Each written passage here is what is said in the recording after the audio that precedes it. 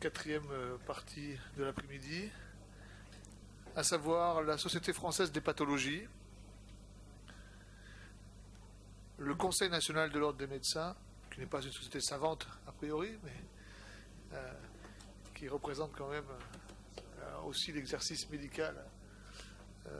Et enfin, la Société française de pharmacologie et de thérapeutique. Bonjour, messieurs.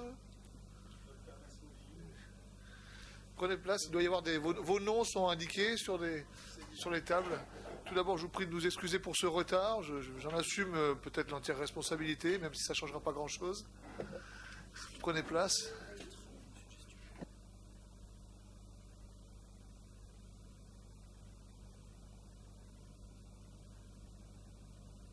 Oui, alors on me suggère, parce que comme on est en retard, l'un d'entre vous doit peut-être ne pas rater son train ou avion du retour, si possible. Donc ce qu'on va faire, on commence par la FEF, d'accord, et on vous posera des questions tout de suite après, d'accord, ce qu'on ne fait pas d'habitude, et puis ensuite on enchaînera avec les deux autres sociétés savantes, si tout le monde est d'accord. Alors on y va, on vous écoute, 10 minutes chacun, enfin chaque société. 10 minutes à 2. Merci de nous recevoir et nous donner l'occasion de nous exprimer sur ce dossier. En introduction, et je laisserai ensuite le professeur Louvet argumenter l'ensemble des questions qui ont été posées, je voulais poser le problème et la particularité du problème des hépatogastro-entérologues, c'est que quand on rencontre des patients qui ont un problème de consommation d'alcool, c'est toujours dans des maladies hépatiques sévères, pour citer les deux plus expressives, c'est l'hépatite alcoolique aiguë et la cirrhose décompensée. Il faut savoir, et quand on a compris ça, on comprend beaucoup de choses, c'est que la mortalité à 3 ans, pour avoir un ordre de grandeur, chez ces patients, c'est plus de 50%. Or, on fait le diagnostic le plus souvent avant 60 ans. Donc, quand vous avez une maladie sévère du foie liée à l'alcool, si vous n'arrêtez pas votre consommation d'alcool, vous avez une chance sur deux, un risque sur deux de mourir à 3 ans. Et quoi qu'on fasse, si on n'arrête pas sa consommation d'alcool, ce pronostic ne peut pas être amélioré. Et on attend une amélioration du pronostic d'un ordre de grandeur d'environ 15 à 20% chez les patients qui vont avoir arrêté leur consommation d'alcool à 3 ans. Donc c'est un enjeu évidemment pronostic essentiel. Tout ce que vous ferez à côté, vous pouvez mieux traiter les hémorragies digestives, le cancer du foie. Si vous n'arrêtez pas l'alcool, vous n'améliorez pas le pronostic. Et donc ça, c'est la particularité de notre situation, hépatogastro-entérologue. Et donc, on serait amené à dire que tous les moyens sont bons pour arrêter l'alcool. Le problème, c'est que les moyens, on n'en a pas beaucoup, en particulier médicamenteux, puisque, vous le savez, ils ont peu ou pas été évalués au cours de la maladie du foie sévère, où ils sont très rarement bien supportés. Or, le sujet du jour, c'est un des médicaments qui a certes été pas suffisamment, enfin quand je dis suffisamment, c'est jamais assez, mais c'est un des médicaments qui donne le profil de sécurité au cours des maladies du foie le plus satisfaisant. Il y a même des données qui seront présentées au prochain congrès de la FEF qui montrent que la pharmacocinétique du baclofène n'est pas modifiée au cours de la cirrhose. Et donc, c'est une bonne piste pour aider nos patients à arrêter la consommation d'alcool. Et voilà la position en gros du problème, c'est qu'on a sûrement besoin de ce type de médicament pour améliorer le pronostic chez nos patients. Et je laisse la parole à Alexandre qui va un peu développer point par point les questions qui ont été posées. Merci. Oui, merci Christophe. Donc, moi je suis pathologue au CHU de Lille.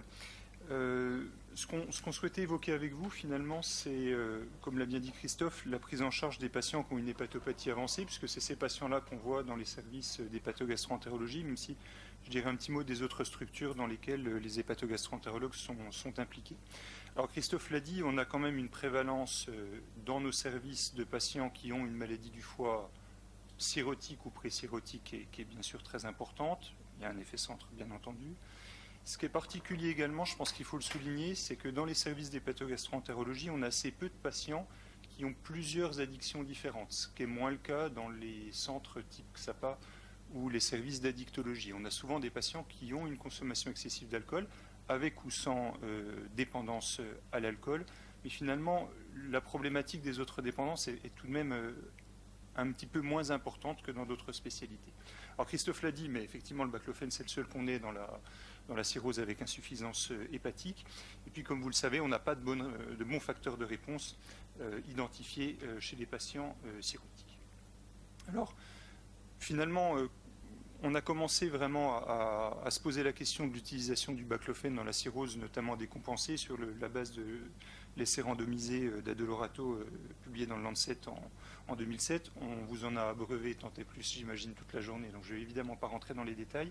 Il y a un point qui est très important pour nous, spécialistes des maladies du foie, c'est que le fait que cette étude soit positive s'est traduit, certes, par une réduction de la consommation d'alcool, mais aussi, et c'est probablement le plus important pour nous, vers en fait une amélioration du statut de la fonction hépatique. Alors c'est valable pour les transaminases, les marqueurs d'alcoolisation, ça on pouvait s'y attendre puisque la consommation d'alcool baisse. Ce qui est plus intéressant pour nous, c'est la remontée de l'albumine, l'amélioration de la bilirubine plasmatique, qui sont pour nous un lien, alors indirect évidemment, mais que le fait de proposer une réduction de consommation d'alcool avec cette molécule permet d'améliorer les patients les plus graves, puisque la plupart des malades dans cette étude avaient une cirrhose décompensée. Donc il s'agissait de malades qui souffraient d'une hépatopathie effectivement très avancée. Alors, bien sûr, c'est une étude qui est publiée dans un très beau journal, avec des effectifs qui sont intéressants, mais qui ne sont pas très larges. On a évidemment besoin de données en vraie vie. Alors, j'ai choisi d'évoquer deux études qui sont des études françaises, puisque c'est un petit peu l'enjeu aujourd'hui. Ces deux études qui ont été coordonnées par le docteur Barrault, qui travaille à Créteil. Il y a une étude qui a été publiée en 2007, une étude bicentrique, 100 malades. Les 2 tiers avaient une cirrhose, avec des critères diagnostiques très clairs. Et on vient d'emblée au problème de la dose de baclofène. Dans cette étude, la dose moyenne était relativement basse, elle était de 40 mg par jour. La consommation d'alcool en médiane sous baclofène, c'est un observatoire, donc c'est une étude ouverte. La médiane est passée de 80 grammes par jour à 0. Bien sûr, il y avait encore des malades qui étaient consommateurs, mais la majorité des malades ne consommaient plus.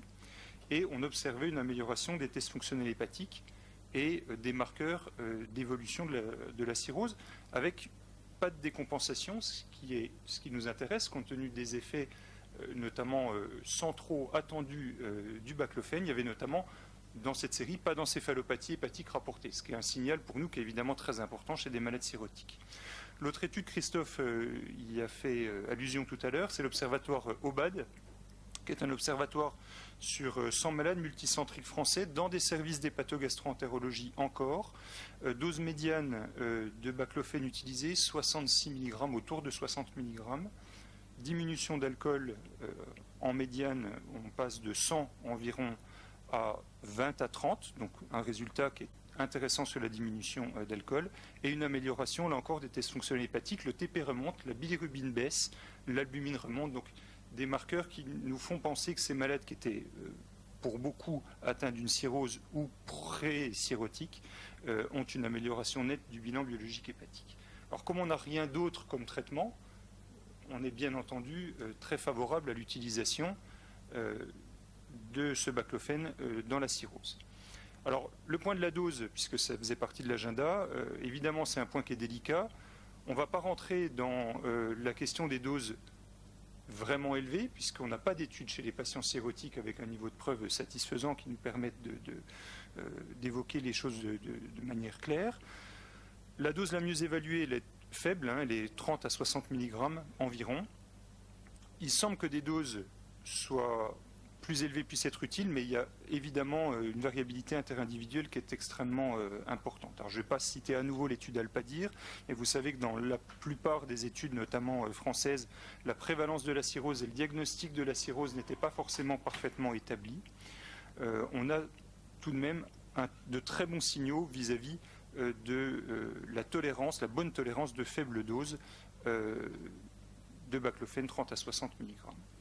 Alors, on vous a parlé de l'étude allemande de Müller, on vous a parlé de l'étude de Béra, qui sont des études récentes avec des doses plus importantes. Ce sera évoqué sans doute par les orateurs qui vont nous succéder. Les effets indésirables, ils sont discordants en fonction des études. L'efficacité, elle est discordante en fonction des études. Donc, c'est difficile de dégager un message clair de tout ça. Mais la dose faible paraît sûre. L'objectif à atteindre pour nous, évidemment, l'idéal, c'est l'obtention d'un sevrage absolu, complet, définitif en boissons alcoolisées pour limiter le risque de décompensation de la maladie hépatique. C'est un petit peu triste qu'on n'ait pas d'études très larges démontrant l'effet d'intervention de la réduction de la consommation d'alcool dans l'histoire naturelle de la cirrhose. C'est un peu le parent pauvre de l'hépatologie, malheureusement, mais ça change, Dieu merci. Donc, beaucoup de bonnes études sont en cours. Ce qui est certain, c'est que même si l'abstinence complète est souhaitable, on a des arguments indirects, comme je vous le disais tout à l'heure, pour montrer que si reprise d'alcool il y a, plus elle est faible, plus la probabilité d'être en vie avec un délai de l'ordre de 2 à 3 ans est important. Ça, c'est un point qui compte beaucoup pour nous, notamment dans la situation de l'hépatite alcoolique sévère, où on a démontré que le fait de ne pas être abstinent complètement n'était pas forcément associé à une mortalité très importante si la consommation d'alcool reste faible. Ne pas être abstinent, c'est mieux. On a quand même un surrisque de mortalité par rapport au fait de reconsommer des doses peu importantes, 10 grammes, 20 grammes, 30 grammes. Le risque de mortalité à long terme augmente avec la reprise d'alcool à des doses plus importantes. Donc si on arrive avec une molécule comme le baclofène à diminuer la consommation d'alcool, même si c'est indirect, on améliorera probablement la survie. Je conclus avec les précautions d'emploi en disant que, comme je vous le disais, on a des signaux qui sont positifs avec les études d'Addolorato et l'étude de Garbut publiée en 2010 qui montrent une bonne sécurité d'emploi. Incontestablement prudence en cas de dose plus élevée parce que les études sont discordantes. Et je crois que finalement, cette précaution d'emploi, elle est à analyser avec le cadre de prescription du baclofène. Notre sentiment à nous, c'est qu'il paraît difficile de restreindre la prescription aux spécialistes en addictologie. Et comme on a des intervenants particulièrement hétérogène, si on peut dire, en fonction des différents centres qui prennent en charge des patients qui ont une consommation excessive d'alcool, on est tous concernés par ce problème-là. Entre l'EXAPA, les services d'hépatogastro-entérologie, les services de médecine polyvalente, les services de psychiatrie, les hépatogastro-entérologues qui ont une compétence en addictologie ou qui n'en ont pas, le nombre de prescripteurs potentiels est très important. Et il y a à l'évidence une différence manifeste sur le territoire entre un CHU, un service d'hépatogastro-entérologie qui travaille avec un service d'addictologie et un hôpital général dans une région où la densité médicale est moins importante et où ce sont beaucoup nos collègues généralistes qui s'impliquent dans la prise en charge en addictologie et qui font très bien et qui ne font pas forcément moins bien que nous, hépatogastro-entérologues universitaires. Donc ça, c'est le premier point. Je crois qu'il faut beaucoup souligner le fait que même en hépatogastro-entérologie, donc même hors addictologie, la prescription du baclofène, elle ne peut pas se concevoir toute seule. Dire à un patient qui a beaucoup malheureusement de raisons de consommer de l'alcool, prenez ça, ça va très bien se passer, on est entièrement, je pense qu'on est tous d'accord sur le fait que ça ne marchera pas et il faut évidemment impliquer les travailleurs sociaux, les médecins généralistes avec qui on travaille, les psychologues et bien entendu nos collègues psychiatres. Et enfin, et je terminerai par là, je crois que la prescription, notamment chez le patient qui a une maladie hépatique avancée, c'est un point finalement d'accroche pour faciliter l'adhésion à une prise en charge. On va dire au patient, écoutez, voilà, la dose, on a des difficultés à la modéliser de manière formelle, on va devoir vous revoir régulièrement, voir quels sont vos effets indésirables, voir quelle est l'efficacité, et prendre en compte dans cette situation-là la consultation régulière, faire revenir le patient, c'est certainement un bon moyen de justement lui proposer cette prise en charge multidisciplinaire et obtenir l'arrêt de l'alcool si on peut, ou tout du moins une réduction importante. Merci. Merci pour cette argumentation. Donc on va tout de suite faire l'interaction avec la commission pour pouvoir vous libérer un peu plus tôt. Je me tourne vers les membres de la commission. Est-ce qu'il y a des remarques, des questions? Aucune question, aucune remarque? Voilà, vous avez atteint la perfection. Ah si, il y a une question. Ne exagérons rien. Vous voyez. Oui, c'est ça. Marc Bardou vous pose une question. Alors, cette question de l'interaction avec le patient, elle est effectivement essentielle. Et le fait de le faire revenir, de le faire entrer, etc. Est-ce qu'on a besoin du médicament pour ça? C'est une vraie question. Scientifiquement parlant, je ne peux pas vous répondre. Je suis incapable de vous donner la moindre étude qui permette de dire, voilà, on donne un médicament, le patient reviendra plus souvent. C'est totalement... on est dans le cadre du non scientifique. Hein. Il s'avère, mais bon, je n'ai pas forcément 50 ans de médecine derrière moi, mais on voit quand même beaucoup de patients avec des maladies hépatiques décompensées et graves dans le centre dans lequel je travaille. Ça arrive fréquemment que les patients nous disent, écoutez, moi je sens que ça va être compliqué, est-ce que vous n'avez pas un petit quelque chose quand même qui pourrait m'aider? Et j'ai le sentiment, mais c'est peut-être pas juste, parce qu'encore une fois, ça n'est pas basé sur l'évidence scientifique, que le fait de commencer à dire on va travailler sur plusieurs fronts, on va vous donner ce traitement qui peut-être sera efficace tout de suite à cette dose-là, on va pouvoir peut-être réévaluer, mais du coup, en tout cas, on se verra souvent. C'est un motif potentiel de motivation pour les malades. En tout cas, c'est l'impression que j'en ai. Je crois qu'il ne faut pas imaginer, comme je vous le disais, que ce médicament va permettre de faire qu'un patient qui de toute façon ne reviendrait pas, reviendra en consultation. Ça, je crois que c'est totalement illusoire. Mais comme on est dans le cadre d'une prise en charge qui est avec un éventail thérapeutique extrêmement large, médicamenteux et non médicamenteux, avoir la possibilité, surtout dans un pays comme la France, avec des patients qui sont quand même très fans des médicaments, à tort ou à raison, ça peut être utile dans certains cas. C'était un petit peu l'objet de ma question. Parce qu'effectivement, alors on a dit que le baclofène était une spécificité franco-française. Le fait qu'on soit fan du médicament, c'est aussi une spécificité franco-française. Et est-ce qu'on ne s'enferme pas dans cette logique en disant le médicament, c'est ce qui permet de les faire revenir en consultation? Un élément de réponse, c'est que la titration, elle peut commencer par la dose 0. C'est-à-dire que vous pouvez très bien, au moment de la première consultation, la deuxième et troisième, ne pas proposer le médicament. Autrement dit, et là vous avez un profil de sécurité qui est assez bon. Et puis si vous êtes en échec, à ce moment-là, vous commencez avec des faibles doses. Et vous n'avez pas nécessairement besoin du baclofène chez tous les patients. Mais si vous n'avez pas derrière cette possibilité, vous ne proposez jamais la dose 0. Vous voyez ce que je veux dire? Si. C'est-à-dire que c'est pas le même discours de dire à un malade arrêtez de boire, je ne peux rien faire de plus, et puis vous revenez me voir et je vous redirai la même chose, que de dire commencez par toutes les mesures associées. Hein, ce qu'a bien dit Alexandre, il ne s'agit pas de donner le médicament et sans aucune mesure associée, la puissance n'est rien. Mais il ne s'agit pas dès la première consultation de donner le médicament, mais c'est de envisager l'abstinence, la réduction de la consommation. Et si on est en échec, de commencer à éventuellement des faibles doses. Mais si vous n'avez pas cette deuxième étape, vous ne pouvez pas poser la première quasiment. Pour qu'on ne se méprenne pas, évidemment que ce n'est pas l'objectif premier. Hein. Donner un comprimé pour que le patient revienne en consultation, ce n'est pas du tout ce que je dis. Hein. C'est que j'ai l'impression, nous avons l'impression, puisque c'est un avis qui est partagé par d'autres collègues qui prennent en charge des patients qui ont des consommations excessives d'alcool, que dans certaines situations, ça permet d'aider un petit peu le programme thérapeutique. On a vu ça également chez les patients qui ont une hépatite C et qu'on a traité avec des antiviraux. Le fait de leur proposer un traitement avec une surveillance, même si elle n'était pas forcément très importante avec les antiviraux directs, a permis tout de même, pour des patients suivis dans des XAPA, dans des CARUD, de revenir plus souvent. Et ça permettait également justement d'avoir un effet autour de la prise en charge des autres addictions, notamment la consommation d'alcool, pour ces patients qui avaient deux choses. Mais je pense qu'il ne faut pas considérer que c'est la vertu première du traitement. La vertu première, c'est que ça fait baisser la consommation d'alcool chez le malade qui a une cirrhose avancée avec un niveau de preuve qui est bon et que ça améliore les paramètres biologiques hépatiques, ce qui est le point le plus important pour nous, parce que ça se traduit en termes de survie. Merci. Pascal Dugast. Oui, alors vous allez avoir le droit à une réflexion qui mûrit progressivement et là qui émerge. Vous y avez le droit, mais c'est pour tout le monde en fait.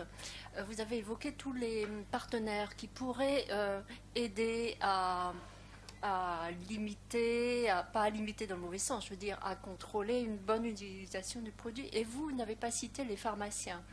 Alors, je vais faire très attention à ce que je dis là, parce qu'avec le Conseil de l'ordre des médecins, je ne voudrais pas me mettre à dos avec les notions de consultation pharmaceutique, etc., etc. Mais le pharmacien, quand même, reçoit ses patients mensuellement.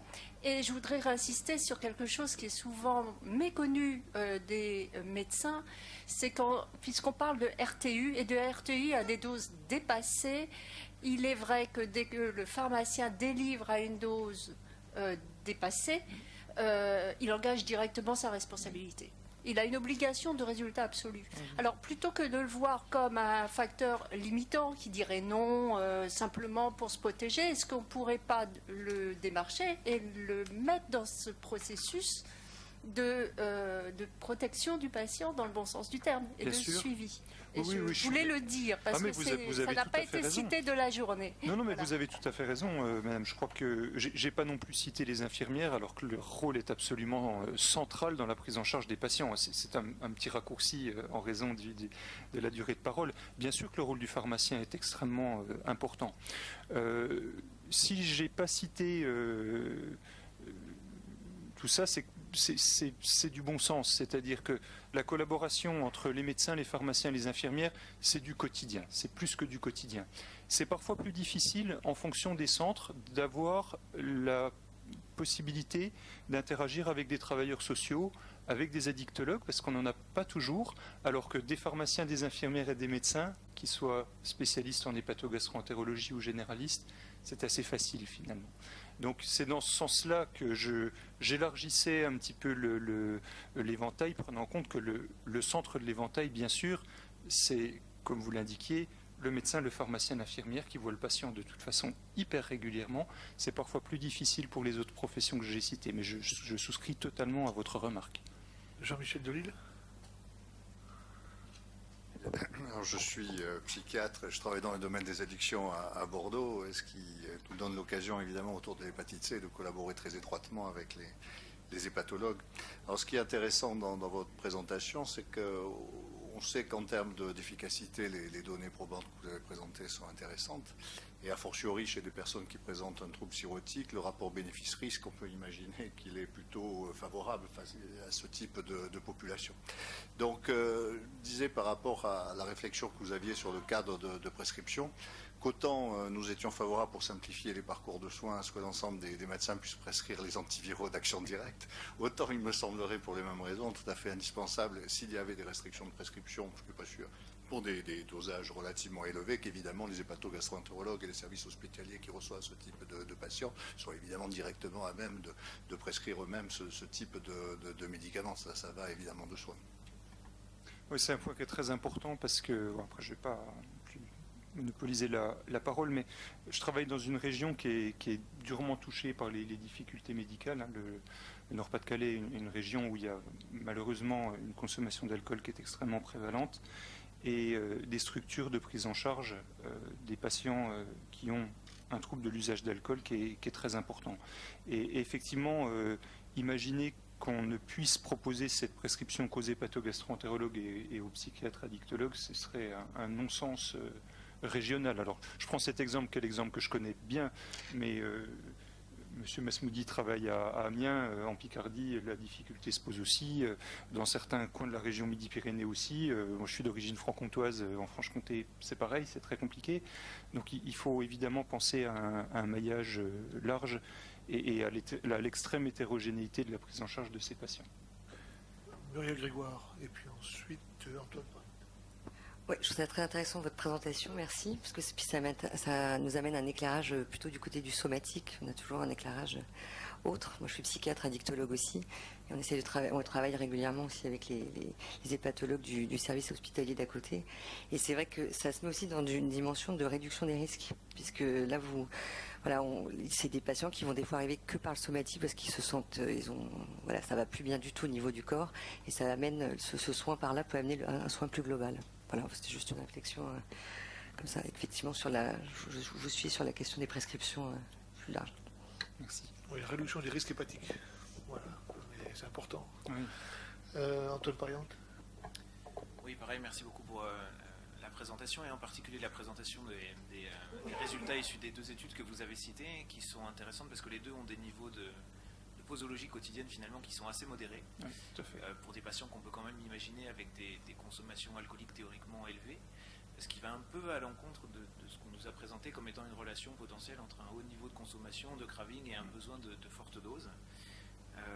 Et donc ça c'est un premier aspect. Le deuxième c'est la considération que vous faites finalement d'un effet thérapeutique du médicament, au-delà de son effet pharmacologique qui permet une entrée dans le soin, un suivi régulier. Et dans ce suivi régulier, du coup, se poser la justification d'un suivi assez serré par le besoin de titration, en fait.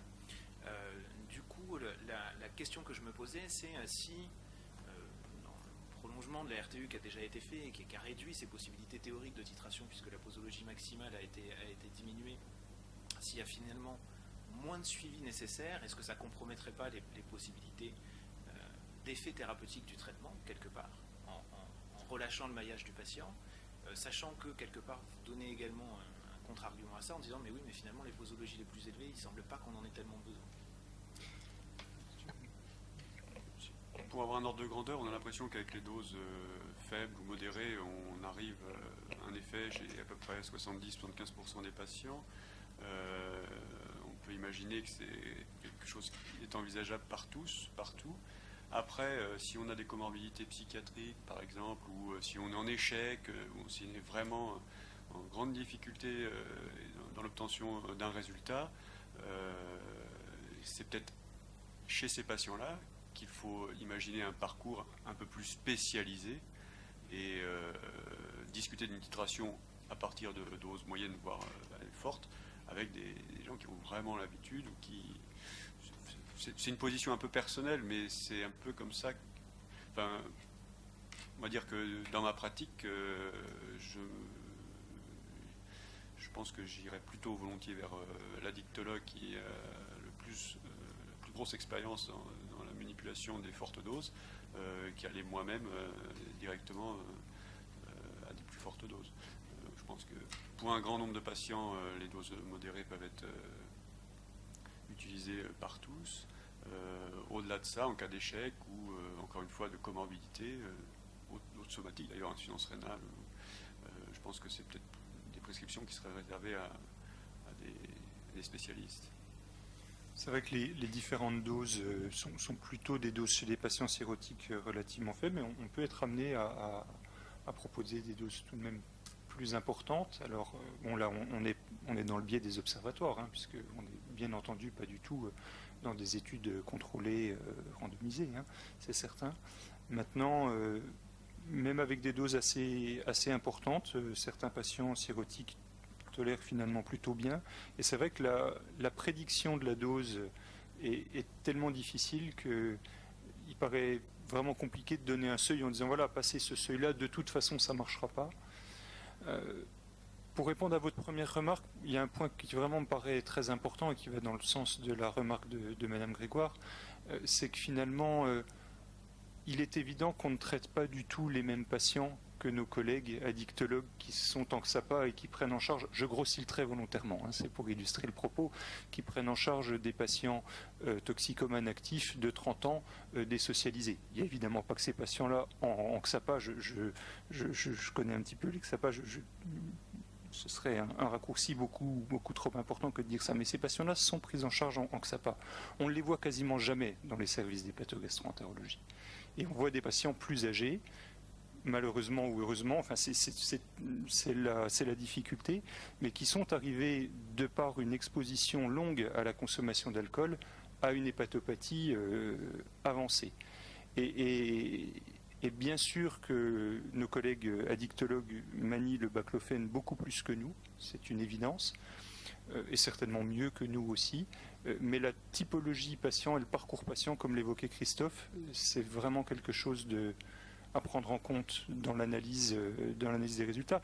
Les trois études principales que j'évoquais, les deux études de Camille Barrault et puis l'essai d'Adolorato, allez, je grossis le trait, mais c'est des études d'hépatogastro-entérologues, quoi. C'est des patients d'hépatogastro-entérologie. Bon, on est rassurés, alors c'est des études d'hépatologie. Ne me faites pas dire ce que j'ai pas dit. C'est ta double interprétation. Non. Très bien, on est OK. On s'arrête là concernant cette partie de questions pour pouvoir, si vous le souhaitez, au moins l'un d'entre vous, si vous le souhaitez, pouvoir retrouver votre liberté. Merci à vous. Merci. Et on continue avec donc le Conseil national de l'ordre des médecins. Et puis on terminera avec la Société française de pharmacologie et thérapeutique. Bonjour, nous vous écoutons. Bonjour à toutes et à tous. Merci d'avoir invité le Conseil de l'Ordre à cette audition. Alors, bien sûr, la consommation excessive d'alcool et l'alcoolodépendance constituent des enjeux majeurs de santé publique. L'Ordre des médecins est attentif au questionnement autour du baclofène. Le débat a été scientifique, clinique, médiatique, passionnel, émotionnel, j'en passe. Et il souhaite surtout une prise en charge la plus adaptée possible pour les patients en difficulté avec l'alcool. Nous suivons ce dossier avec beaucoup d'attention, les différentes prises de position, bien sûr, mais aussi et surtout les données scientifiques, comme celles issues de la pratique de terrain et tous les nouveaux travaux dans ce domaine. Tout traitement pouvant apporter une aide significative dans ce domaine est à prendre en considération, d'autant qu'on n'a pas beaucoup de thérapeutiques médicamenteuses, mais d'abord ne pas nuire, qu'on vient de le rappeler. L'intérêt et la sécurité des patients doivent être nos priorités. Nos préoccupations éthiques et déontologiques ne sont bien évidemment pas à rappeler, de même que la triple nécessité que nous partageons de prendre en charge le plus efficacement possible les patients en difficulté avec l'alcool, en préservant leur sécurité et en assurant la sérénité des prescripteurs. Le Code de déontologie médicale, le fondement et l'essentiel, la compétence essentielle de l'Ordre des médecins, rappelle à travers un certain nombre d'articles des règles qu'il est important dans le contexte que j'ai décrit précédemment de rappeler. L'article 8, l'article 41-27-8 du Code de la santé publique rappelle la liberté de prescription. Cette liberté de prescription, elle a quand même les limites fixées par la loi et compte tenu des données acquises de la science, le médecin est libre de ses prescriptions. C'est important de le rappeler, cette liberté de prescription, elle n'est pas une liberté absolue et sans contrainte. Limiter les prescriptions, c'est toujours autour des actes qui sont nécessaires à la qualité, à la sécurité et à l'efficacité des soins. Comme l'indépendance du médecin, définie à l'article 5 du Code de déontologie, sa liberté de prescrire est soumise aux données acquises de la science. Il revient au médecin d'appliquer ces données générales à un patient particulier, parfois, ce qui l'amène à nuancer la règle, et il est alors souhaitable que cet écart puisse être argumenté par des raisons objectives. Si la liberté de prescription est un principe fondamental qui va de pair avec l'indépendance professionnelle et la responsabilité du médecin, cette notion a évolué, même si elle reste un élément essentiel de la confiance que porte à son médecin le patient. Des restrictions à cette liberté de prescription, elles tiennent à différentes raisons. La sécurité, bien sûr, des médicaments nouveaux, on a vu les RTU, etc. Se sont ajoutées récemment les considérations économiques, bien sûr. On rappellera que dans le Code de la sécurité sociale, les médecins sont tenus dans toutes leurs prescriptions, dans le cadre de la législation et de la réglementation en vigueur, à la plus stricte économie compatible avec l'efficacité du traitement. La Haute Autorité de Santé diffuse des protocoles détaillés pour guider le médecin dans sa pratique clinique. Ces recommandations assurent aux praticiens une pratique de qualité, en conformité avec les données médicales et éthiques. Cependant, ces protocoles ne dégagent pas les médecins de leur responsabilité envers les patients.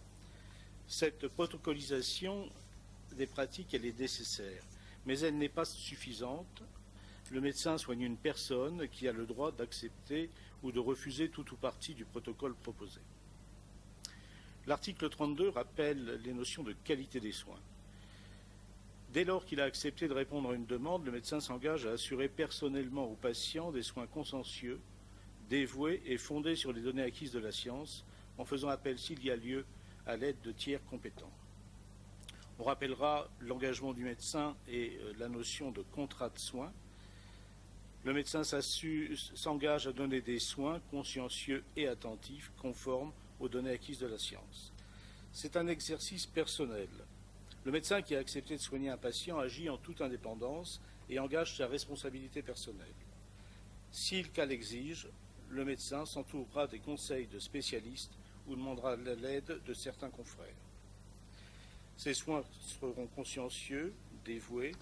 La conscience professionnelle du médecin implique attention minutieuse, disponibilité et compétence, et une juste appréciation des limites de cette compétence.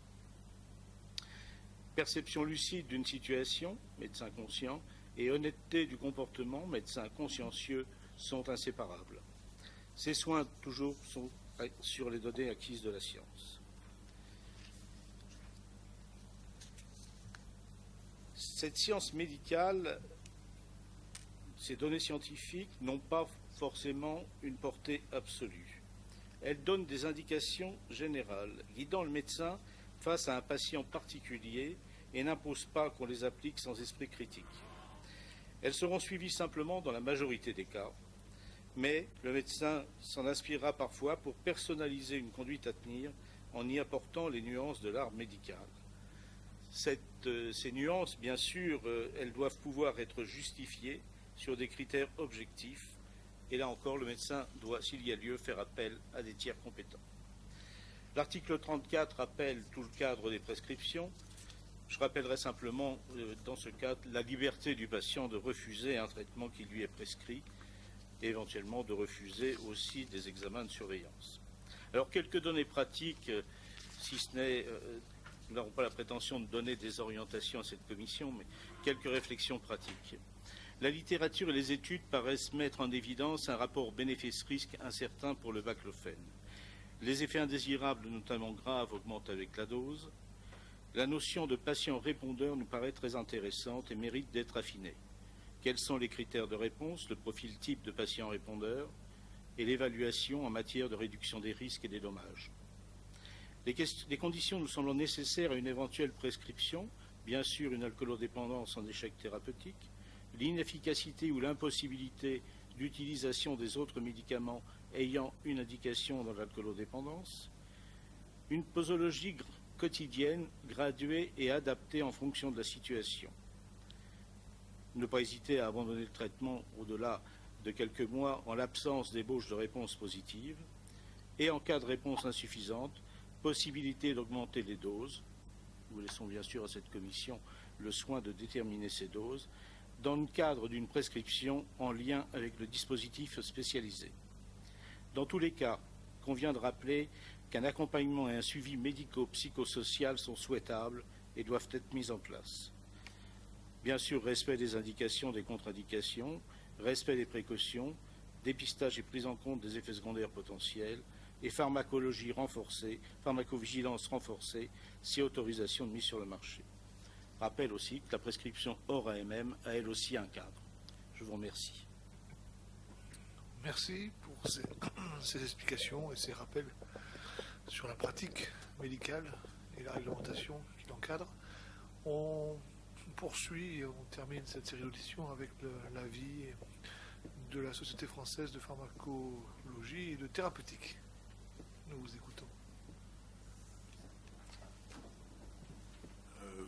Bonjour, donc on va faire un duo avec Kamel Maspoudi. Moi je vais faire les 2 premières diapos d'efficacité, puis lui fera 4 diapos de sécurité et je finirai par 2 diapos de conclusion. Pour ce qui est de l'efficacité, et là nous parlons tous les deux en tant que pharmacologue, que thérapeute sur la base de l'étude du dossier, l'étude des données, l'étude telle que vous avez eu à travailler. Pour nous, l'analyse méthodologique qui est faite est assez simple. L'Alpanir est une étude négative sur son critère principal et sur les autres critères, donc ne permet pas de prouver l'efficacité du produit. Baclovil est une étude difficile à lire quand on en voit les versions successives et on peut considérer grosso modo qu'elle est sans différence statistiquement significative sur le critère principal prédéfini et on a noté quelques frémissements sur des critères secondaires. En tout cas, même si on fait une synthèse de tout ça, la quantité d'effets est extrêmement petite et ne nous semble pas cliniquement pertinente et c'est un point majeur de l'évaluation du rapport bénéfice-risque. Le déroulement, quand je dis suboptimal, c'est que je suis gentil, hein, il est assez catastrophique pour une étude qui était une étude pivot en termes de perdu de vue, de données manquantes, d'imputation extrêmement complexe des données manquantes au niveau statistique. Tout ça plombe un petit peu la confiance qu'on peut avoir en ces résultats. Après, il y a plein d'autres petites études qui sont très bien regroupées dans le rapport de la Société française d'alcoolologie et dans un certain nombre de méta-analyses qui concluent d'ailleurs que le niveau de preuve est trop faible pour avoir une vision sûre sur ce produit. Et puis, ultime décision, donc votre commission mixte qui conclut de façon là aussi très claire et non ambiguë sur l'insuffisance des données d'efficacité. C'est pas nous. C'est votre commission. L'autre commission. L'autre commission, c'est le CSST. La commission mixte ad hoc, c'est la nôtre. On n'a encore rien conclu. Pardon. Oui, pardon. non. Alors, je vous prie de bien vouloir m'excuser. Ouais, non. L'autre, oui, alors là, grossière erreur. Non, ça va se savoir si vous le dites comme ça. Non. Donc, la commission qui a donné son rapport la semaine dernière conclut que les données d'efficacité sont insuffisantes et que le rapport bénéfice-risque est négatif. Alors, si on s'autorise quelques commentaires méthodologiques et thérapeutiques de ceux qui ont quand même pas mal travaillé à l'enseignement de la méthodologie, de l'évaluation, etc., on trouve quelque chose qui est assez fréquent pour ces médicaments délicats à évaluer, c'est meilleure est la méthodologie, plus souvent le résultat est négatif. Autrement dit, c'est vrai que si on fait une étude en ouvert, c'est vrai que si on fait une cohorte, c'est vrai que si on fait une analyse d'un groupe de patients, c'est vrai que si on ne randomise pas, c'est vrai qu'on aura de bonnes chances d'avoir des résultats en faveur du médicament. Mais dès qu'on suit les règles absolues de l'essai contrôlé, randomisé en double aveugle, eh bien là, l'efficacité baisse nettement. Quand on a à discuter, c'est une discussion qui a sûrement eu lieu ici, mais qui a eu lieu en amont, de la pertinence des critères d'évaluation, est-ce qu'il faut prendre des grammes d'alcool, des jours en abstinence, des pourcentages de malades, des cravings et compagnie, c'est qu'on a des médicaments peu efficaces. Car quand on a un médicament très efficace, on n'a pas de discussion sur le critère d'évaluation, parce que quel que soit le critère, dès lors qu'on utilise un essai contrôlé randomisé, ça sort statistiquement et cliniquement signifiant. Donc ces discussions sont un peu indirectement le reflet de la faible efficacité.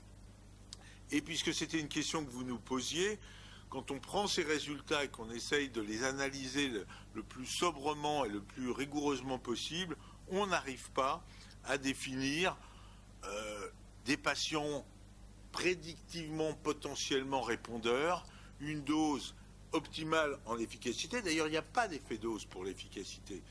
Il y a bien évidemment un effet dose pour la sécurité.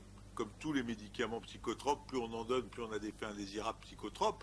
Mais sur l'efficacité, il n'y a pas de relation dose-effet dans les études. Et donc, on n'a pas non plus d'option, et c'est important pour la suite, en disant est-ce que c'est un médicament d'aide au sevrage, est-ce que c'est un médicament de maintenance de l'abstinence.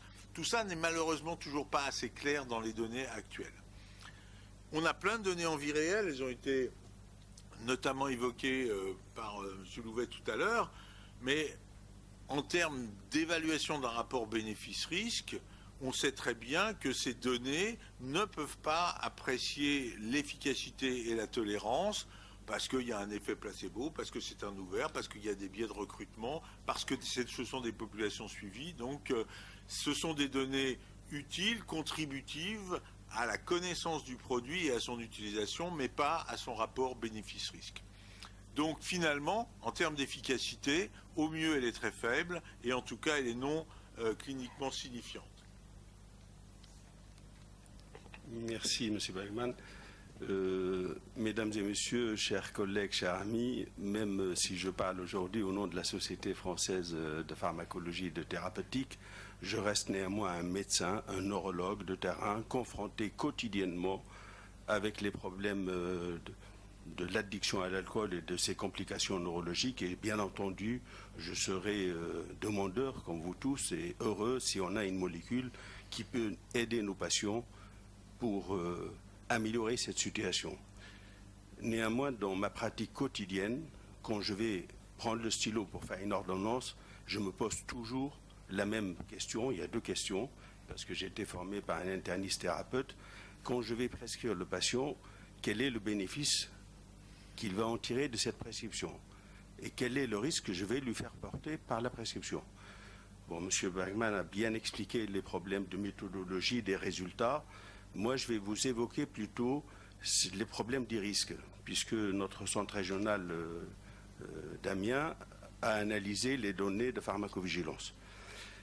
La première, disons, remarque préliminaire, c'est qu'on a un taux de déclaration spontané qui est de l'ordre de 0,37%, alors qu'habituellement, dans la pharmacovigilance, ce taux il est plutôt vers 5 ou 10%. Les effets sont largement sous-estimés, mais là, on est quand même un petit peu étonné de ce chiffre-là. Les effets indésirables connus dans le RCP du baclofène se retrouvent dans le cadre de ce problème d'alcoolodépendance et de prescription dans ce domaine-là.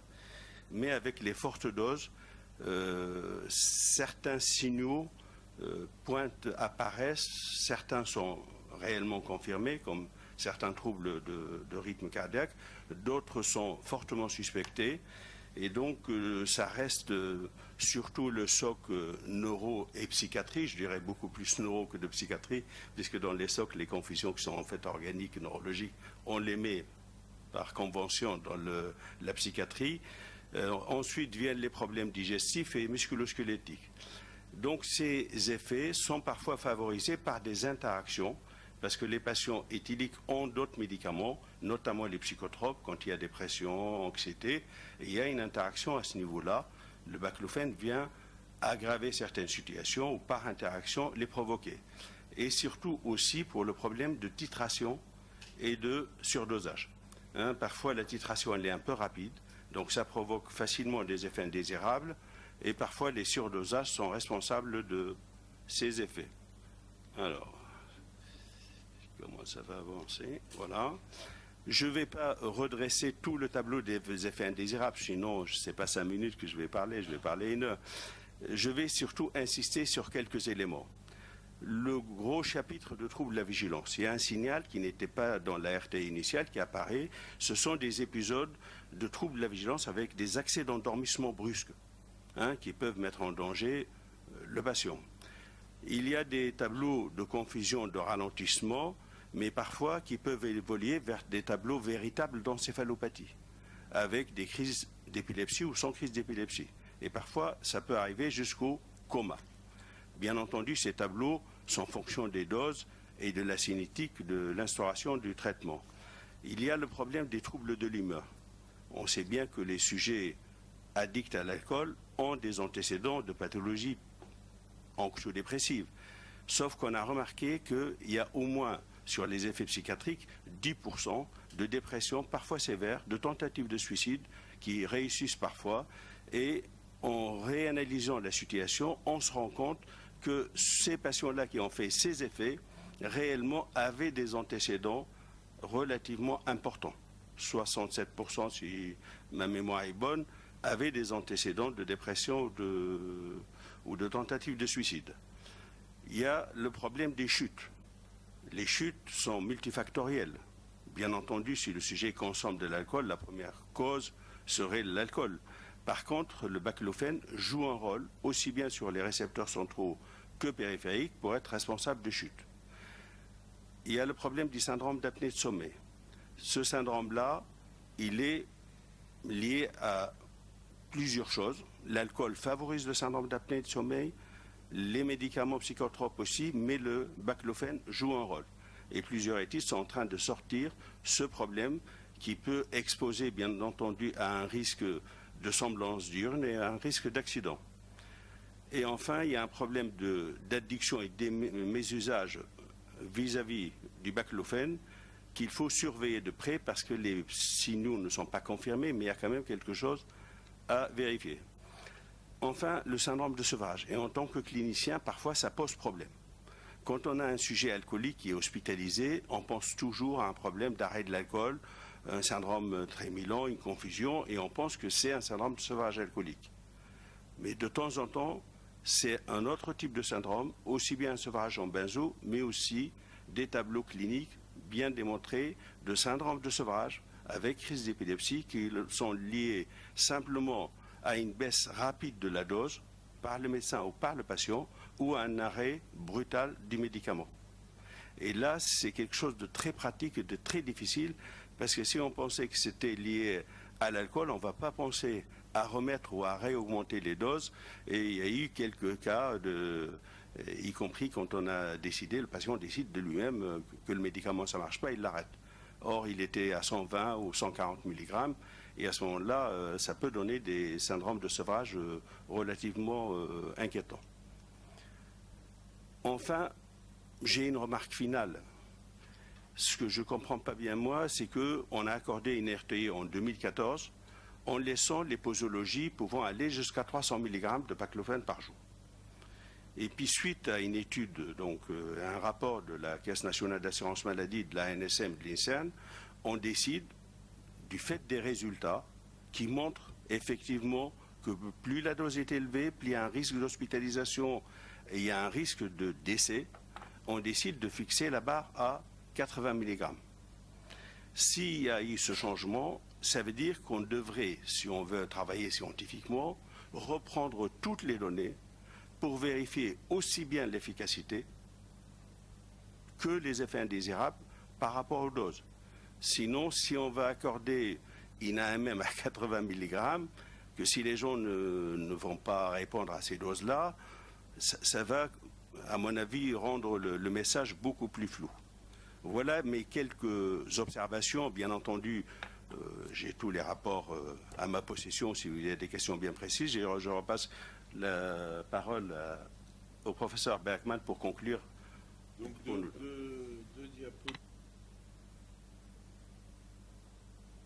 deux diapos de conclusion. La première sur les données, en fait, c'est sait-on, aujourd'hui sait-on, eh bien, nous pensons, après une analyse la plus sérieuse possible des données d'efficacité et de tolérance, qu'aujourd'hui, nous n'avons pas assez de preuves pour pouvoir apprécier l'efficacité et la tolérance de ce produit. Donc, nous pensons qu'il est absolument nécessaire de refaire des études complémentaires d'après les données de pharmacovigilance plutôt sur les doses de 80 mg par jour ou moins, afin d'avoir une réelle mesure de l'efficacité, car nous n'avons pas aujourd'hui cette mesure de l'efficacité et du risque. Pour que ces études puissent être menées à terme et bien menées, il faut très certainement qu'elles soient consensuelles en termes de design par toutes les parties prenantes, et notamment, je pense, toutes les personnes et personnalités que vous avez auditionnées aujourd'hui. Il faut que le protocole soit solide et accepté partout, qu'il y ait un monitoring serré, qu'on ne se retrouve pas avec des 60% de données manquantes et donc une difficulté d'analyse des résultats, en particulier pour les effets indésirables, avec un suivi des décès, des sorties d'études, enfin des principes habituels, mais particulièrement importants dans cette situation-là. Le calcul du nombre de sujets nécessaires ne doit pas uniquement être fait sur la différence escomptée en termes d'efficacité, mais on doit utiliser cet essai ou ces essais futurs, non seulement pour avoir la puissance statistique de mesure de l'efficacité, mais aussi pour avoir une vraie évaluation des effets indésirables et des risques, car finalement, c'est seuls l'essai contrôlé double aveugle versus placebo qui permet de quantifier ces effets indésirables, d'où la nécessité d'avoir un nombre de malades important. Quand on voit le nombre de malades qui sont rentrés dans l'utilisation du baclofène dans la RTU, à côté de la RTU, et quand on voit la gravité épidémiologique du problème, on sait que des malades, on en a pour faire des essais de cette qualité-là. Et donc, pour cette question, sait-on, la réponse est, dans l'état actuel, on ne sait pas assez pour considérer, de l'avis de la pharmacologie et de la thérapeutique, que ce médicament peut avoir une AMM en termes de rapport bénéfice-risque. La dernière diapo, c'est veut-on savoir? Parce que sait-on, c'est bien, mais veut-on savoir, c'est aussi important. Alors, je passe une petite pique en passant. Faut-il donner des RTU quand les données cliniques laissent présager d'une efficacité ou pas? Le grand problème de cette crise, parce que finalement c'est une crise, le baclofène, c'est que la RTU a été donnée alors qu'on n'avait même pas le début de la preuve de l'efficacité. Une RTU, c'est pas fait pour ça. Et donc, on s'est retrouvé avec des malades dans la RTU, hors de la RTU. On s'est mis en situation de difficulté. Le deuxième point, il est vraiment majeur. Et je pense que c'est probablement un point qui a été évoqué tout au long de cette journée. Le problème est gravissime. Et ce n'est pas parce que nous sommes des rigoureux de la méthodologie que nous sommes loin de cette gravité. Nous sommes aussi, M. Masmoudi et moi, des cliniciens qui voyons des malades toute la journée. Le problème est gravissime. Il est, on appelle la liste de nos régions, il est aussi à l'hôpital Lariboisière. Et c'est des situations de grand désarroi pour les malades, pour leurs familles, pour tous les aidants, et aussi de grands échecs pour les soignants.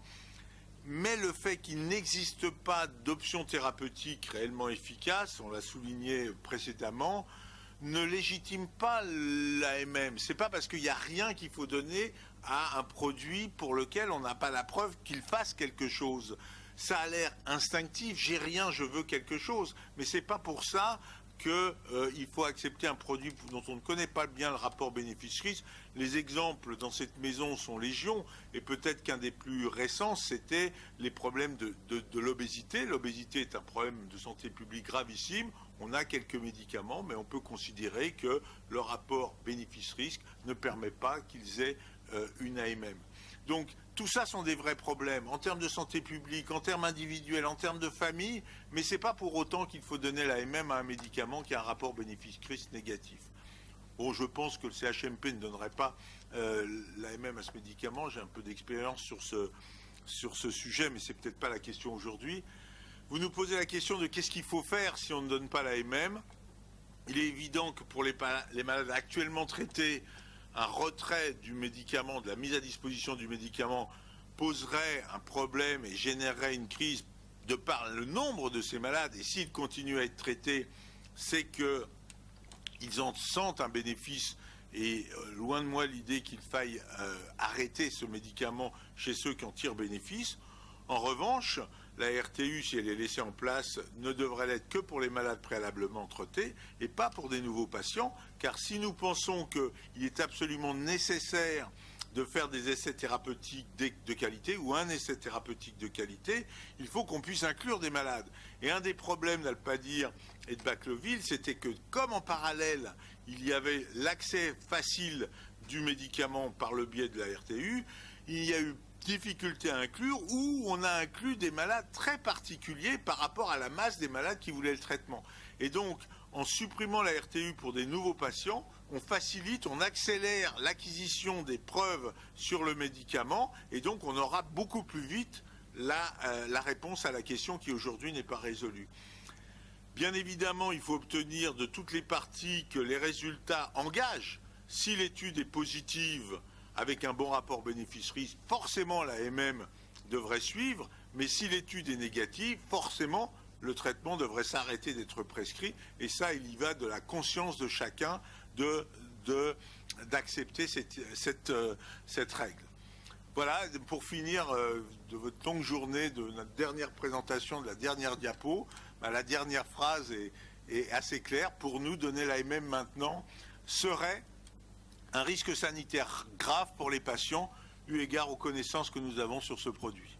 Je vous remercie. Merci à tous pour vos présentations. On va donc passer à la phase de questions. Albert Trinduc et puis Muriel Grégoire vont commencer. Jean-François, j'ai participé avec Hélène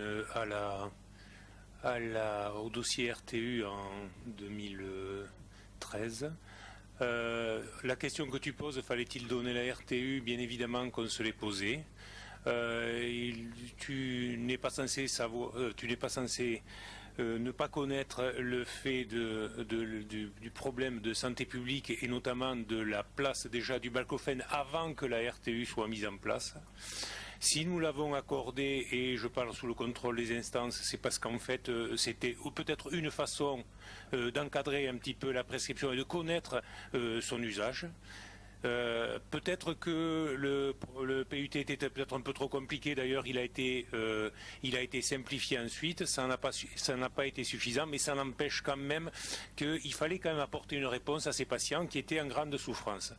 Ça, c'est la première remarque. La deuxième remarque, c'est par rapport à la qualité de la preuve à laquelle je sais que tu es particulièrement sensible. Tu parles de Bacloville. Bacloville donc a été une étude qui a été promue par ton employeur. Elle a été encadrée par le service de méthodologie de la PHP. Il y a effectivement un certain nombre de perdus de vue. Nous avons appris aujourd'hui de la part de son auteur que les données qui ont été mises à disposition par le laboratoire Etifarm n'étaient pas celles de l'étude en elle-même. Manifestement, tu es au courant puisque tu y fais allusion.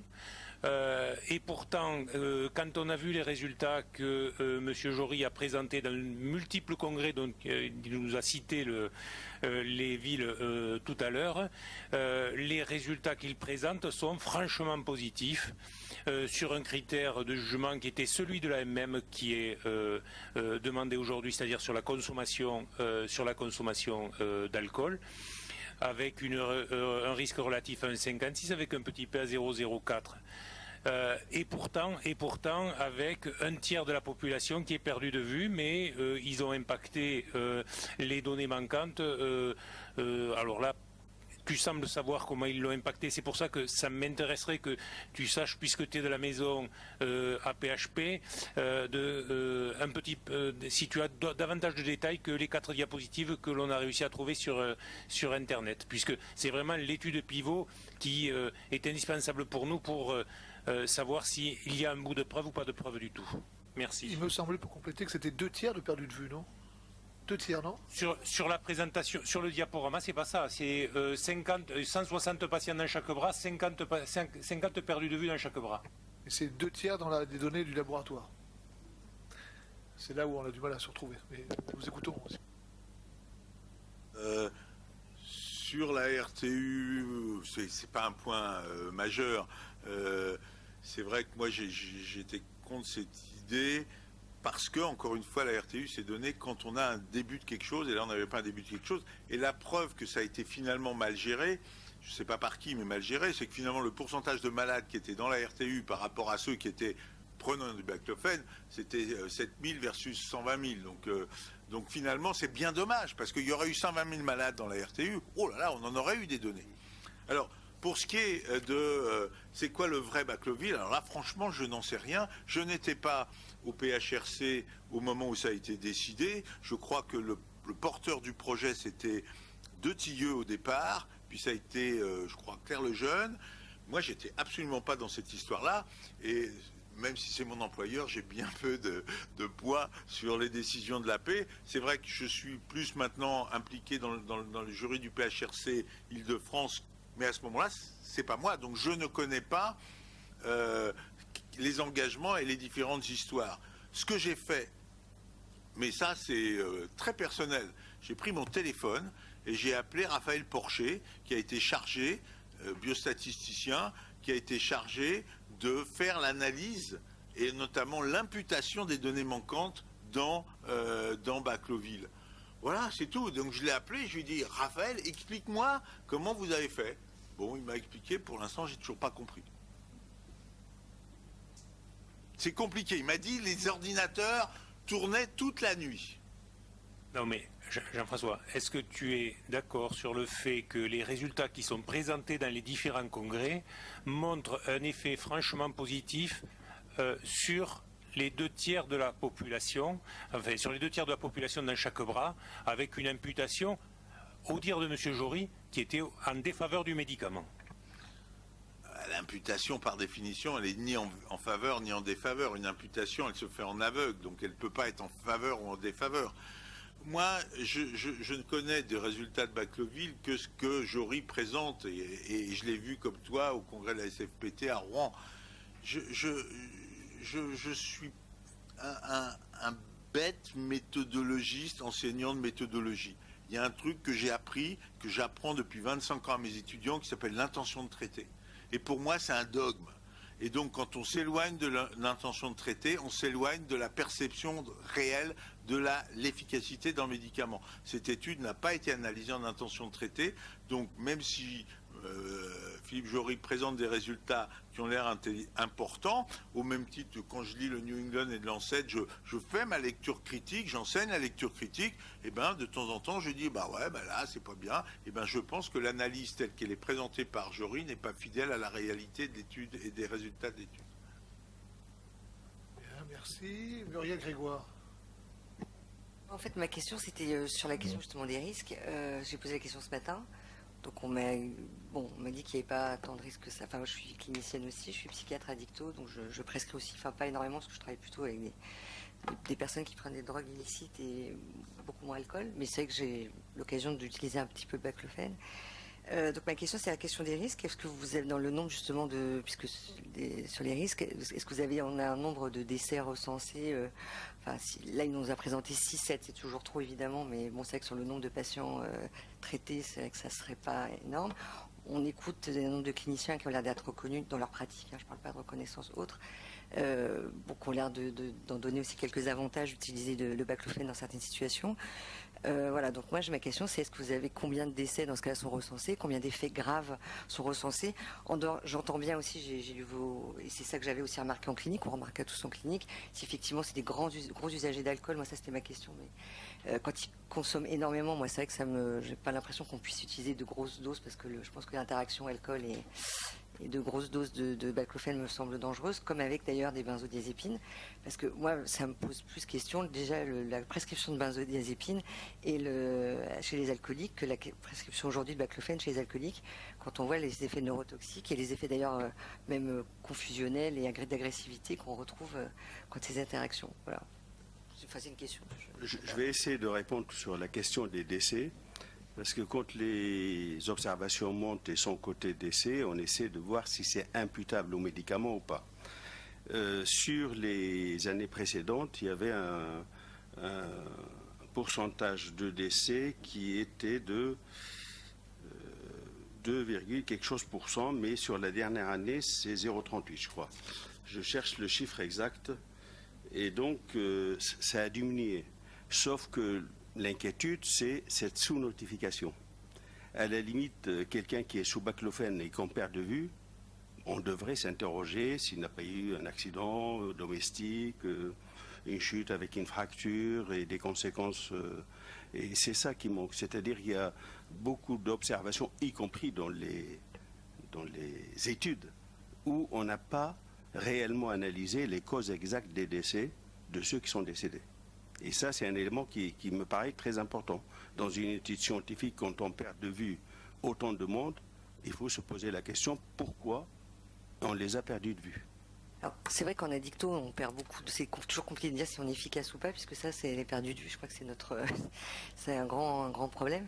Mais moi, j'ai fait ma thèse sur la kétamine et il y a un moment, j'essayais de voir si la dangerosité de la kétamine. Et c'est vrai que dans ce qui semblait imputable au décès lié à l'usage de kétamine, finalement, on retrouvait que de la kétamine associée à l'alcool ou des opiacés.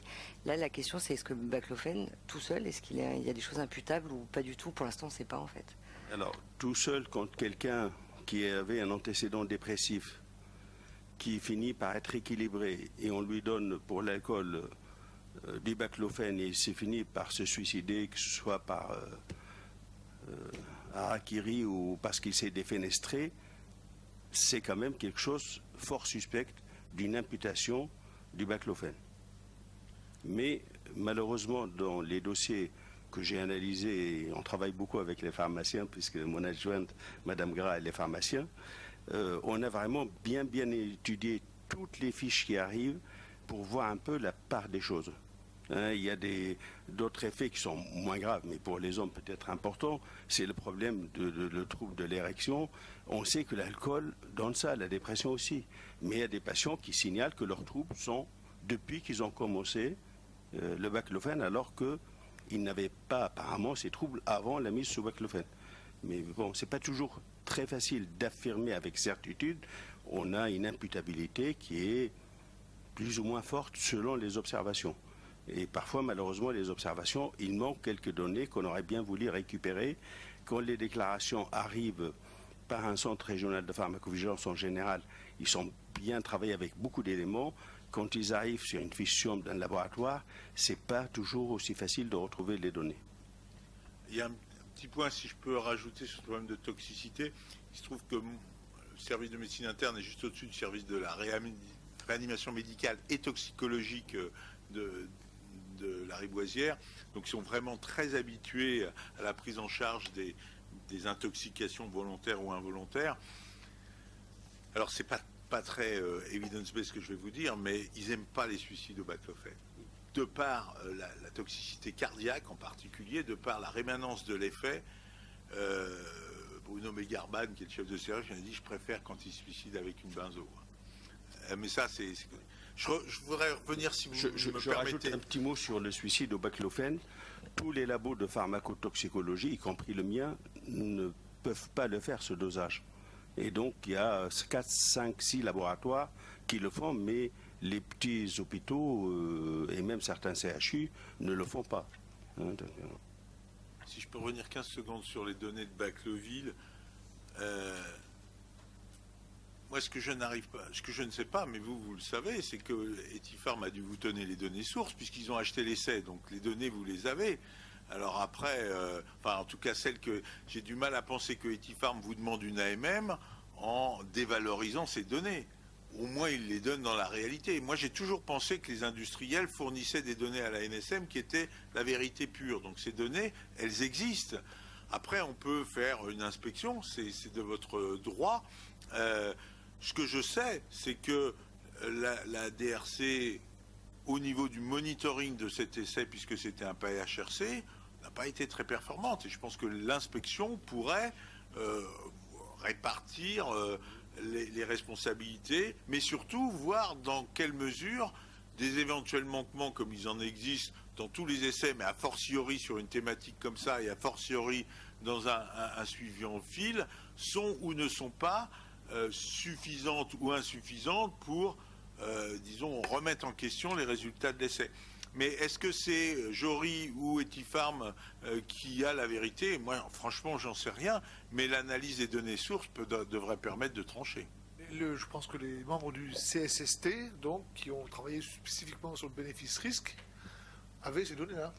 Hein, enfin, ils les avaient, puisque dans le dossier du dossier d'AMM, donc dossier d'AMM dans lequel il y avait les données fournies par Ethypharm. Nous, on ne les a pas ici, parce qu'on n'était pas là pour refaire le bénéfice-risque, bien sûr, mais le CSST qui nous a présenté son analyse avait ces données-là, fournies par Ethypharm. Ah ben si, ils les avaient. Sauf que, Nicolas, il me semble que ce matin, quand on a vu les résultats, c'était à 6 mois, c'était pas 1 an. Que Ethypharm a modifié les résultats, Ethypharm a modifié l'analyse des données qui lui ont été transmises, donc il a acheté même. Et Ethypharm a modifié les critères d'évaluation, les durées d'évaluation, etc. Et ça a été dit d'ailleurs, c'est une évaluation à 6 mois et plus 12 mois, parce que le professeur Jory nous a dit que c'était à 12 mois son évaluation de critères principal. C'est d'ailleurs ce qui est marqué dans les papiers officiels de la PHP et aussi sur le site de Clinical Trial où il a déclaré son étude. Et effectivement, les critères ont changé lors de l'analyse par le laboratoire. Voilà. Bon. Alors, Antoine Pariente. Oui, juste pour finir là-dessus, il me semble que sur les données de Bacloville, il y a eu dans la présentation de Aube ce matin une diapositive qui reprenait une lettre du docteur Jory dans lequel il y avait, ou professeur Jory, dans lequel il y avait des données de présentation de mortalité avec 7 décès dans le bras baclofène contre 3 dans le bras placebo, sachant qu'il y avait une attribution de la mortalité au baclofène qui était, enfin en tout cas de la mortalité à l'alcool à l'inverse, qui était de 5 cas sur les 7 dans le bras baclofène contre 1 sur les 3 dans le bras placebo, ce qui peut poser question d'ailleurs sur le déséquilibre de décès dû à l'alcool entre les deux bras. Mais c'était un des éléments de réponse qu'on a, sachant qu'il y en a aussi 2 autres un peu différents dans le dossier d'Ethypharm, je crois. Francis Abramovici, puis Marie-Alix. Oui, par rapport à la pertinence clinique, parce qu'effectivement, j'ai toujours appris grâce à toi que la pertinence clinique était ce qui était important. Est-ce que par rapport aux autres produits comme le Melfen ou d'autres, on a une idée de la pertinence clinique. Parce que la question que je me pose après cette journée d'audition est de savoir s'il y a une pertinence clinique quelconque d'un médicament en la matière, et si la pertinence clinique n'est pas uniquement dans oublier les médicaments de cette indication-là, avoir un bon suivi psychosocial, Brenda et compagnie, et qu'il ne faut pas arrêter de mettre tout sur le médicament dans notre société, en pensant que cette difficulté, et pas seulement là, mais dans beaucoup d'endroits où depuis maintenant 30 ans que je fais de la médecine générale, j'ai abandonné la prescription d'un certain nombre de médicaments, et j'ai eu un peu l'impression aujourd'hui, avec tous les gens qu'on a audités, de me retrouver face à, même si ce n'était pas des laboratoires pharmaceutiques qui venaient nous demander l'autorisation de mise sur le marché, mais devant le même genre d'argumentaire que j'ai eu avec les laboratoires pharmaceutiques pendant très longtemps. Donc est-ce que sur la pertinence clinique, parce que malgré tout cet exercice clinique et pas seulement méthodologique que tu as peut-être d'en avoir, sur les autres produits de la dépendance à l'alcool, tu as une idée de comparaison ou pas? C'est difficile comme question parce que c'est de la comparaison indirecte sur des populations qui ne sont pas exactement les mêmes, et on revient sur ces limites. Est-ce qu'on fait du sevrage, du maintien de ici, on a une quantité d'effets négligeable et avec une marge d'incertitude énorme. Avec les autres produits, on a une quantité d'effets quasiment aussi négligeable, mais avec une marge d'incertitude plus petite. Marie-Alix Alix, puis Jean-Michel Delisle. Alors moi j'ai une petite question sur la phrase « laisser la RTU en place uniquement pour les patients en cours de traitement ». Le problème c'est qu'il n'y a quasiment jamais noté sur les ordonnances RTU. En tout cas moi je ne l'ai jamais vu. Donc du coup, ce qui se passe à l'SCPM de Strasbourg, parce que c'est celle avec qui on travaille, s'il y a marqué RTU sur l'ordonnance, on est obligé de faire une feuille de soins, la personne avance les frais, se fait rembourser derrière. C'est le seul moyen pour qu'il y ait un suivi au niveau de la CPM. Si on télétransmet, carte vitale, on télétransmet, là il n'y a pas de suivi. Du coup, j'imagine que c'est pour ça qu'il n'y a jamais noté RTU. Donc les patients ne sont du coup pas dans le cadre de la RTU. Du coup, la plupart des patients traités ne pourraient du coup plus suivre le traitement qui est mis en place. Je vous suis pleinement. C'est tout le problème de l'adaptation ou l'inadaptation de cette RTU. Mais c'est pour ça que oralement, je disais que sur cette slide 2, conclusion 2, c'est veut-on savoir? Veut-on savoir? Est-ce qu'après tout, on ne peut pas se dire c'est un problème politique, c'est un problème de santé publique, qu'importe que le médicament soit un peu, très ou pas du tout, ou un petit peu quand même efficace, on en a besoin aujourd'hui parce que les malades existent. Et à ce moment-là, on ne fait pas de la méthodologie, on fait de la politique de santé, et puis basta.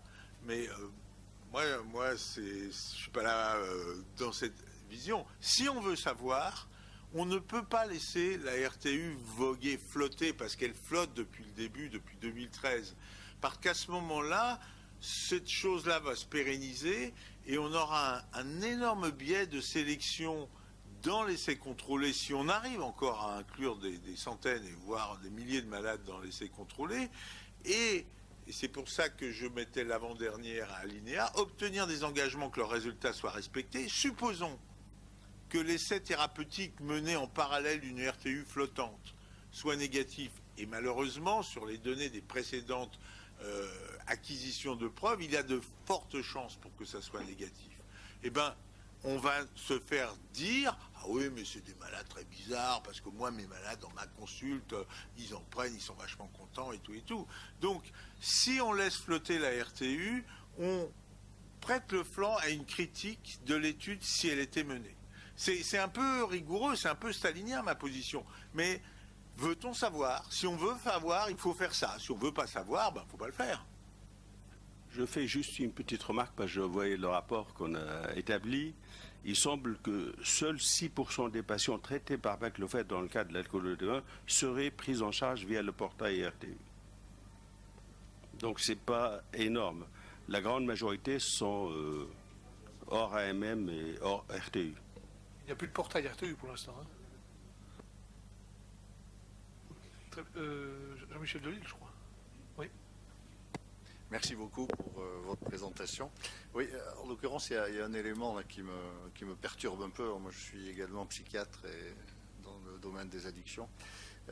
C'est que globalement, on a entendu beaucoup de méta-analyses ou de rapports qui laissent entendre qu'au moins pour les doses dites faibles, le rapport bénéfice-risque pouvait être jugé comme acceptable. Et dans les données que vous avez présentées, vous confirmiez que l'efficacité était très limitée et que la sécurité n'était pas établie, qu'il y avait des données inquiétantes. Jusque-là, je suivais parfaitement. En revanche, c'est votre dernière phrase là, qui est en gras là, qui m'a un peu étonné, puisque ça aurait une erreur sanitaire grave. Je crois que vous avez dit en plus ça aurait un risque sanitaire grave. Est-ce que vous pourriez préciser un peu ce que vous redoutez au cas où il y aurait une AMM, par exemple, qui serait limitée à des doses faibles? Oui, alors cette phrase, je l'ai pesée. J'imagine. C'est pour ça qu'elle est en gras. Et là encore, je suis désolé, je ne voudrais pas faire très nombrilistique et historique, mais j'ai souvent dit il vaut mieux ne pas donner l'AMM à un bon médicament que donner l'AMM à un mauvais.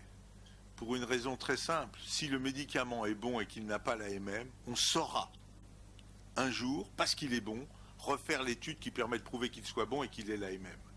Alors que si on lui donne l'AMM alors qu'il est mauvais, la probabilité pour qu'on se perçoive qu'il le soit peut prendre des dizaines d'années. Prolia, Mediator, des Paquines, des exemples comme ça. Donc, où est le risque? C'est que si finalement ce médicament a un rapport bénéfice-risque défavorable, c'est-à-dire qu'il fait courir plus de risques que n'apporte de bénéfices sur le malade, et que je lui donne l'AMM, enfin que vous lui donniez l'AMM plutôt, il va être prescrit, surtout en France, à des centaines de milliers de malades. Et si ces 100 000 malades ou 200 000 malades ont un risque supérieur aux bénéfices, eh ben on est dans une erreur sanitaire. Elle est grave parce que la situation est grave, parce que le nombre de malades est important. Et donc, si on donne une AMM un peu trop facile dans l'hémophile B avec inhibiteur, après tout, c'est pas très grave. Si on permet l'accès d'un médicament qui a plus de risques de bénéfices pour 100 000 malades, 200 000 malades, on s'expose à une erreur sanitaire grave. Si je puis me permettre, le sens là, puisque c'est fondé sur une hypothèse, c'est qu'on s'expose à un risque sanitaire grave. C'est ce que vous avez dit tout à l'heure qui est peut-être plus proche que de ce qui est écrit. Une erreur, on ne peut pas savoir encore. S'exposer à une erreur, je veux bien croire, mais serait une erreur, on ne sait pas. Mais dès lors que ceux qui ont vu le dossier en scientifique, et c'était leur mission, donc le CSST, je ne me tromperai plus, considère que ce médicament a un rapport bénéfice-risque défavorable, dès lors on fait une erreur que de lui donner l'AMM. C'est dans la lignée.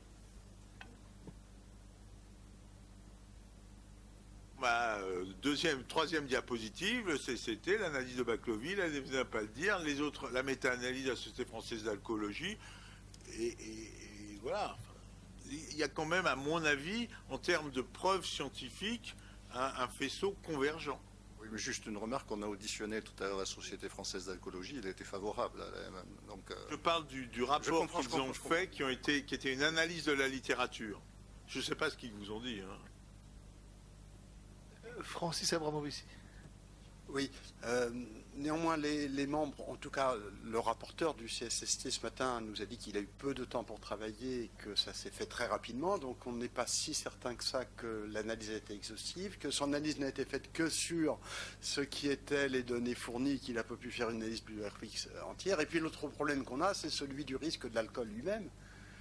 Et du coup, on se pose cette question de savoir s'il y a une toute petite chose, et c'est ce qui nous a été rapporté toute la journée par les différentes parties, en disant le risque est tellement grave et la maladie est tellement grave, que si le bénéfice est cliniquement petit, on n'est pas certain que ce soit audible, et le risque du médicament est peut-être plus petit que celui de l'alcool, donc pour les patients les plus graves ou pour d'autres patients. C'est le débat qu'on a eu toute la journée.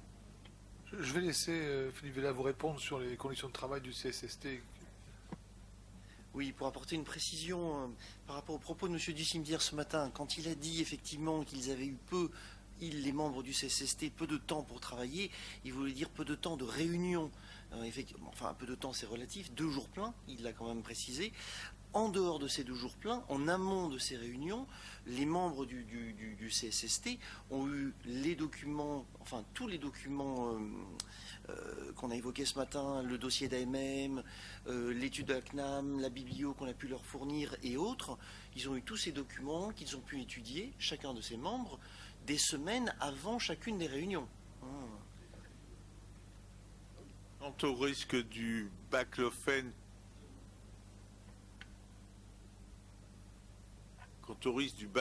que vous mettez face au risque de l'alcool, ce que je comprends très bien en termes de santé publique, encore faudrait-il que le baclofen diminue la consommation d'alcool. C'est tout le problème. Mais s'il ne diminue pas plus qu'un placebo, c'est le principe de l'essai thérapeutique, le risque lié à l'alcool demeure. Très bien. Est-ce que oui, Marie Grégoire? Moi, je reviens toujours sur la question du nombre de décès ou d'effets secondaires graves qui sont vraiment recensés, parce que c'est quand même ça qui doit...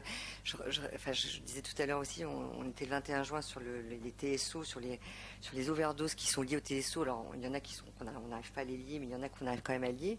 Donc là, on voit les effets secondaires graves qui sont imputables, en tout cas au TSO. Là, je reviens sur ma question.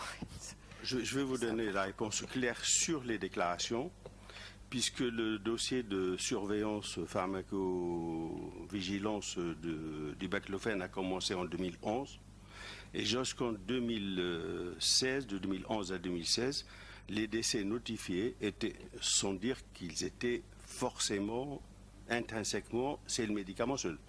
Donc les décès notifiés étaient respectivement de 4%, 2,7%, 2,5%, 1,3%, 1,6% et 2,2%. Donc c'est quand même pas des chiffres négligeables. Avoir 2% de décès de gens déclarés, c'est quand même des effets graves et gravissimes. Je ne sais pas combien il faut attendre de décès pour revenir en marche arrière et dire, pour finir, c'est un médicament dangereux. Donc c'est 2,5% sur le nombre de gens traités par baclofen. C'est pour ça que je ne comprends pas. Les cas déclarés à la pharmacovigilance dont l'évolution fut fatale, avec des observations clairement où la responsabilité du médicament elle est, et d'autres où il est possiblement à participer avec bien sûr l'alcool, les intoxications graves sont aussi parfois mortelles, y compris les TS médicamenteuses avec le baclofen. Mais là encore, on revient sur ma proposition d'un essai contrôlé, randomisé, double aveugle versus placebo avec des gros effectifs justement pour la surveillance, parce qu'il n'y a que comme ça qu'on saura. On a dit 120 000 malades dans la RTU. Imaginons qu'il y en ait 10% qui aient une cirrhose évoluée. Donc, et là, on revient sur ce qu'avait dit Alexandre Louvet. Médiane de survie, 5 ans. Si vous avez 10 000 de ces 120 000 qui sont cirrhotiques, eh bien normalement... 5 ans de médiane, ça fait 10 ans en moyenne, enfin je fais ça à la louche, il doit y avoir 1000 morts. Il doit y avoir 1000 morts.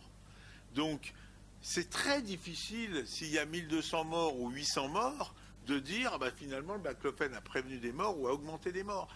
Il n'y a que l'essai contrôlé dans cette situation-là, ou alors il faut prendre des données SNIRAM, et ce qui avait été fait en appariant ou en faisant des scores de propension sur les malades alcooliques qui prennent un médicament de sevrage qui ne soit pas le baclofen versus ceux qui prennent un médicament de sevrage qui est le baclofen. C'est ce qui a été fait sur la base SNIRAM, mais c'est compliqué. Est-ce qu'il y a Bertrand Duc? Oui. Ça n'empêche quand même que la réalisation de l'essai, comme tu le proposes, est extrêmement compliquée. Extrêmement compliquée parce qu'on souhaite avoir des patients de la vraie vie. Les patients de la vraie vie, c'est ceux qui sont en ville.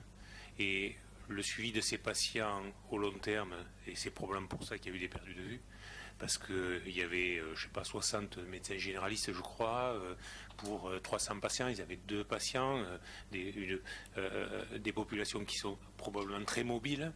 Donc, je peux comprendre que cet essai ait pu entraîner de telles pertes de vue. Donc il y a aussi la réalité. On discutait à table tout à l'heure sur la possibilité, ou en tout cas la capacité aux médecins généralistes de pouvoir réaliser des études en vie réelle de qualité. Aujourd'hui, je ne sais pas si toi tu as la réponse, mais on n'en voit pas beaucoup. Oui.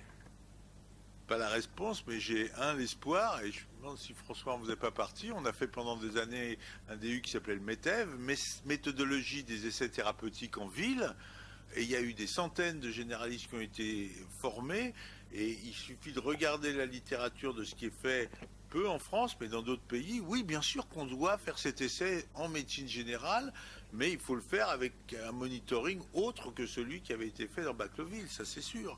Et là encore, laisser flotter la RTU est une menace pour cet essai. Bien. On va s'arrêter là. Si je peux juste oui, ajouter un dernier mot. Alors, oui, alors dernier mot. Oui, non, non, pas que je veuille. C'est une lourde responsabilité. Oui, bon, je vais essayer de m'en montrer digne.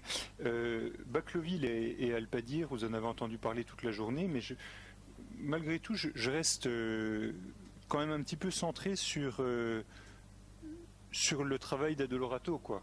dont vous n'avez pas parlé du tout. Je pense que c'est quand même... C'est un essai qui est randomisé. Il n'y a pas des essais, il n'y a pas des effectifs magnifiques, mais c'est un essai qui est quand même clairement positif. Alors vous en avez peut-être une lecture pharmacologique que je n'ai pas, qui est peut-être moins, comment dirais-je, ma lecture est peut-être moins fine que la vôtre, mais c'est un journal prestigieux qui peut se planter, comme vous l'avez fort bien dit, qui montre quand même un bénéfice biologique clinique sur la réduction de la consommation d'alcool.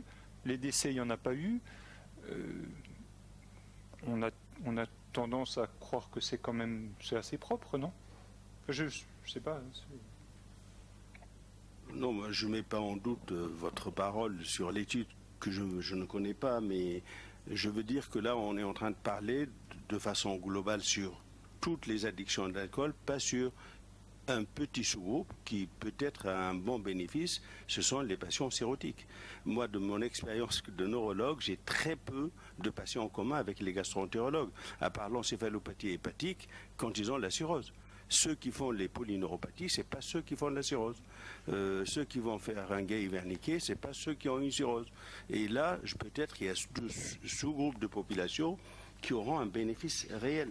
Encore faut-il avoir les études qui le confirment. Bien. Je vous remercie. Merci d'être venu vous présenter vos avis et vos arguments sur les questions qu'on a posées. Je voulais juste préciser, avant que les membres de la com peuvent rester encore un petit peu, je voulais préciser pour terminer, juste s'il vous plaît, qu'on a reçu des contributions du Collège de la médecine générale et de Addictolib, qui est une société savante de médecins libéraux addictologues, qui ne pouvaient pas être présents, mais qui ont transmis à la commission des éléments de réflexion sur le sujet, donc nous avons, qui ne sont pas présentés, mais auxquels nous aurons accès pour avancer. Merci à tous.